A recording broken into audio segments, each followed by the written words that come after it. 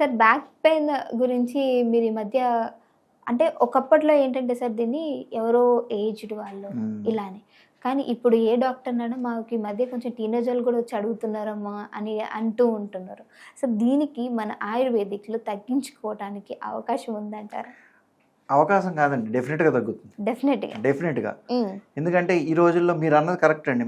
మాకు ఇప్పుడు for example ఒక రోజు నేను 10 పేషెంట్స్ చూశాను అనుకోండి, డెఫినెట్గా 5 పేషెంట్స్ రిలేటెడ్ టు స్పైన్, వెన్నెముకకి సంబంధించిన వాళ్ళు ఫస్ట్ మనకి బ్యాక్ పెయిన్తోనే వస్తున్నారండి.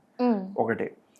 ఇంకొకటి, ఇప్పుడు మీరు అన్నట్టు ఏజ్ ఒక ఫ్యాక్టర్ అయితే ఒక పని చేసే వాళ్ళకి మాత్రమే ఇది వస్తుంది అనేది ఉంది. ఇప్పుడు అలా కాదండి, కూర్చుని ఆఫీస్లో పనిచేసే వాళ్ళకి ఇది వచ్చింది. లైక్ టైలర్స్, ఎలక్ట్రీషియన్స్ ఇలాంటి వాళ్ళకి ఉంది. హౌస్ వైఫ్స్ కూడా ఉన్నారు. సో ఒకటి ఏంటంటే మన వెన్నెముక అనేది ఒకటి వీక్ అవుతుంది మనం తీసుకునే ఫుడ్ ప్రాపర్ నరిష్మెంట్ లేక. ఇంకొకటి ఏంటంటే వాళ్ళు చేసే పనులు అనమాట. అంటే ఇప్పుడు సడన్గా ఇలా వంగి బరువులు ఎత్తడాలు. ఇంకొకటి ట్రావెల్ ఎక్కువ చేసేవాళ్ళు, ఎందుకంటే మన రోడ్స్ పట్టించి కూడా ఎక్కువ ట్రావెల్ చేసి ఆ జర్కీ మూమెంట్స్ ఉంటాయి కదా, అవి ఎక్కువగా ఫేస్ చేసేవాళ్ళు. ఇలా వీటన్నిటి రీజన్స్ వల్ల కూడా మనకి బ్యాక్ పెయిన్ అనేది ఎక్కువైపోయింది.